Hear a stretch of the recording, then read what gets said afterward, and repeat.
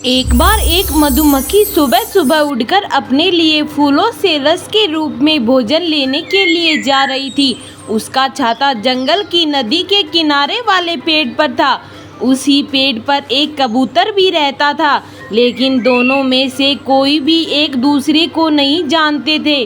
उस दिन जब वह मधुमक्खी उड़कर जा रही थी, तो वह नदी के ऊपर से होते हुए जा रही थी। अचानक तभी एक हवा का झोंका चला और वह मधुमक्खी जाकर नदी के पानी में गिर गई, जिस वजह से उसके पूरे पंख गीले हो गए। वह अब उड़ नहीं सकती थी। मधुमक्खी को समझ नहीं आ रहा था कि वह क्या करे। मधुमक्खी के पंख गीले होना अर्थात उसकी मृत्यु निश्चित होती है। वह बहुत डर गई। पेड़ पर एक कबूतर बैठा था। उसकी नज़र जब नदी में पड़ी तो उसने देखा कि उसके ही पेड़ पर एक छत्ते में रहने वाली मधुमक्खी संकट में पड़ गई। उसने सोचा और फिर पेड़ से एक पत्ता अपनी चोंच से तोड़कर उसने मधुमक्खी की ओर फेंक दिया। डूबते को तिनके का सहारा। किसी तरह मधुमक्खी पत्ते के ऊपर आ गई। थोड़ी देर के बाद उसके पंख सूख गए। वह अब उड़ सकती थी। मधुमक्खी उड़कर वापस पेड़ पर आई और उसने कबूतर को धन्यवाद कहा। फिर वह अपने लिए फूल का रस लेने के लिए चली गई। बहुत दिन बीत गए थे। एक दिन कबूतर यूं ही गुनगुनाते हुए पेड़ की एक डाली पर सोया हुआ था।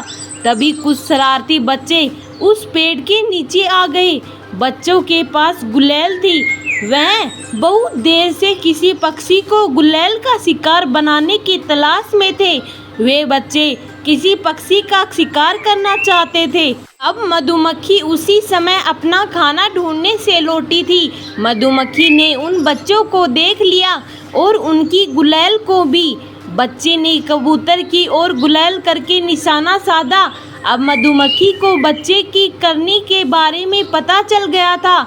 इससे पहले कि बच्चा कबूतर पर गुलेल चला पाता, मधुमक्खी ने जाकर बच्चे के हाथ पर डंक मार दिया। गुलेल नीचे गिर गई और बच्चा जोर जोर से रोने लग गया।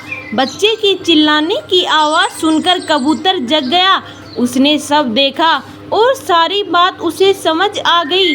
बच्चा रोते रोते अपने घर चला गया और कबूतर ने भी मधुमक्खी का धन्यवाद किया और आपस में अच्छे मित्र बन गए। इस कहानी से हमें यही शिक्षा मिलती है, हमें हमेशा कठिनाइयों में फंसे हुए लोगों की सहायता करनी चाहिए।